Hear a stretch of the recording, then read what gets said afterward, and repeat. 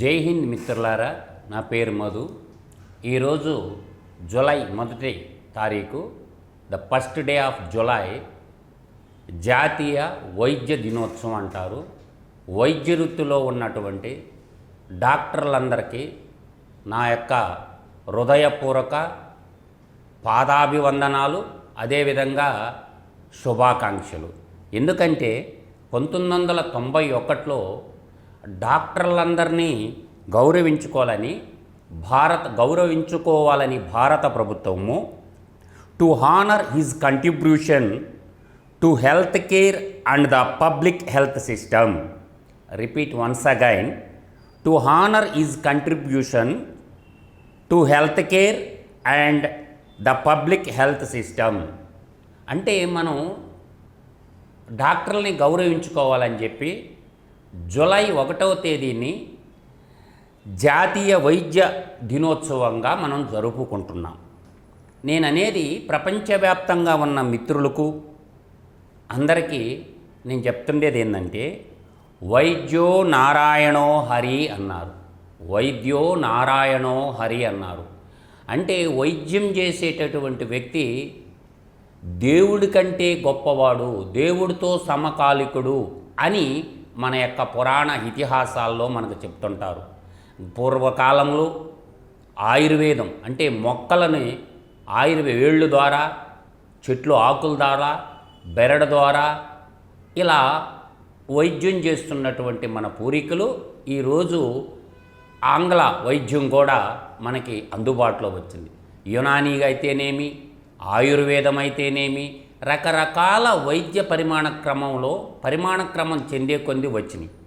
అయితే నేను అంటుండేది ఏంటంటే, లాయర్లు కానీ, ఇంజనీర్లు కానీ, వ్యవసాయ కూలీలు కానీ, వీళ్ళందరూ కూడా మనకి ప్రభుత్వ ఉద్యోగులు కానీ, పని దినాలు వివిధ ప్రైవేటు కార్పొరేట్లో పనిచేసే వాళ్ళు కూడా పని దినాలు లెక్కగట్టుకొని, గంటలను లెక్కగట్టుకొని వాళ్ళ వృత్తి వాళ్ళు చేస్తూ ఉంటారు. కానీ వైద్యుడు అనేవాడు ఒక్కరోజు వైద్యం చేయటం కానీ, వైద్యులందరూ కానీ ఆపేస్తే ప్రపంచవ్యాప్తంగా ఏమవుద్ది? కొన్ని లక్షల ప్రాణాలు గాల్లో కలిసిపోతాయి. అందుకని మిలిటరీలో పనిచేసేవాళ్ళు కానీ, వైద్య వృత్తిలో ఉండేటటువంటి వాళ్ళు కానీ, అదేవిధంగా పోలీసు వృత్తిలో ఉండేవాళ్ళని కానీ సెలవులు ఉండవు వాళ్ళకి. ఖచ్చితంగా 24/7 365 డేసు ప్రజలకి సేవ చేస్తూనే ఉండాలి. అందువల్ల డాక్టర్ని గౌరవించాల్సిన బాధ్యత మన అందరిది. మనం పౌరులుగా, భావి భారత పౌరులుగా, ఈ దేశ పౌరులుగా మనం డాక్టర్లకి కులం ఉండదు, మతం ఉండదు. వైద్య వృత్తిలో కులం ఉండదు, మతం ఉండదు. అందరూ సమానులే. ఒక వైద్యుడు ఏం చేస్తాడంటే, అతని దగ్గరకు వచ్చినటువంటి రోగికి నయం చేసి పంపించాల్సినటువంటి పనిలోనే ఉంటాడు. కానీ అతని కులం చూసి కానీ, మతం చూసి కానీ వైద్యం చేయడు. అందువల్ల వైద్యో నారాయణో హరి అన్నారు. అందువల్ల డాక్టర్లని గౌరవించండి.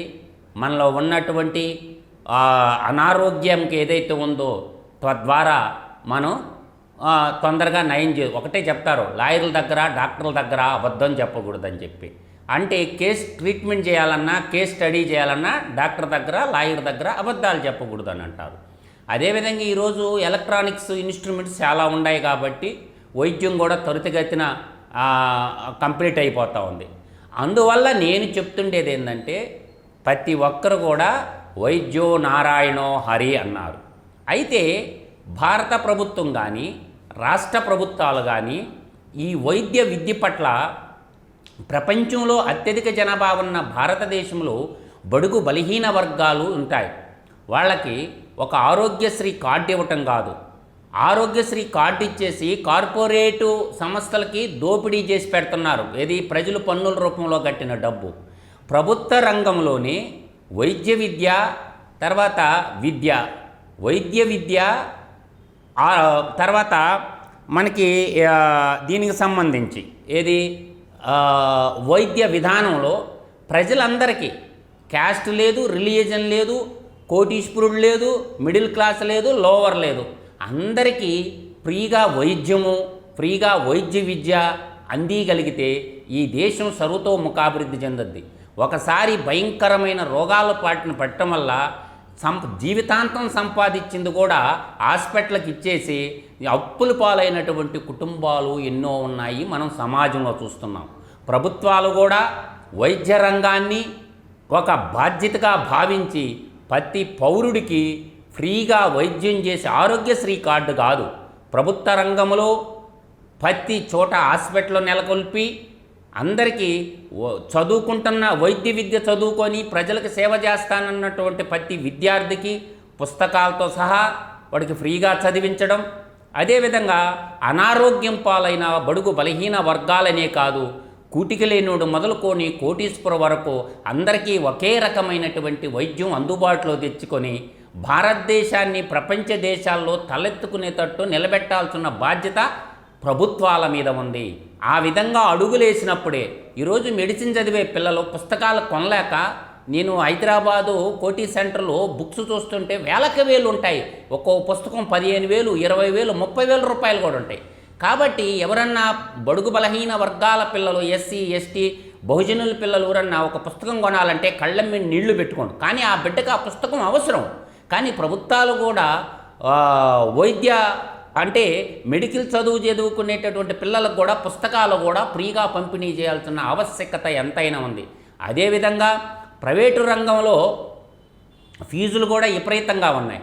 కాబట్టి నేను అంటుండేది ఏంటంటే వైద్య విద్య కానీ ఏ విద్య అయినా కానీ పీజీ టు కేజీ వరకు చదువుకుంటున్నటువంటి ప్రతి పిల్లవాడికి బట్టలిచ్చి భోజనం పెట్టి ఫ్రీగా వైద్యం చెప్పినప్పుడే ఇతోదితంగా అందరికీ సేవలు త్వరితగతిన అందది. సమాజం విజ్ఞానం వైపుగానే ఉంటే ఈ జబ్బులు తగ్గేదానికి కూడా ఆస్కారం ఎక్కువగా ఉంటుంది.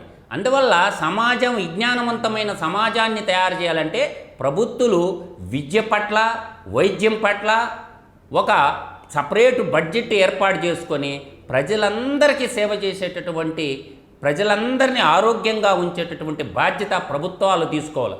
ఎందుకో కానీ ఈ మధ్య చట్టసభల్లో కానీ, రాష్ట్ర శాసనసభల్లో కానీ, భారత పార్లమెంట్లో కానీ ఈ వైద్య విద్య మీద ఎక్కువ చర్చ జరగటం లేదు.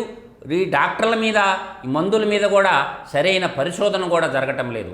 ప్రైవేటు రంగంలో ఉన్నాయి కానీ ప్రభుత్వ రంగంలో కూడా పరిశోధనలు చేయాల్సిన బాధ్యత ప్రభుత్వాల మీద ఉంది. కాబట్టి ప్రజలకే వైద్యం చేసి వాళ్ళ ప్రాణాలు కాపాడుతున్న డాక్టర్లందరికీ చేతులెత్తి నమస్కరిస్తున్నాను.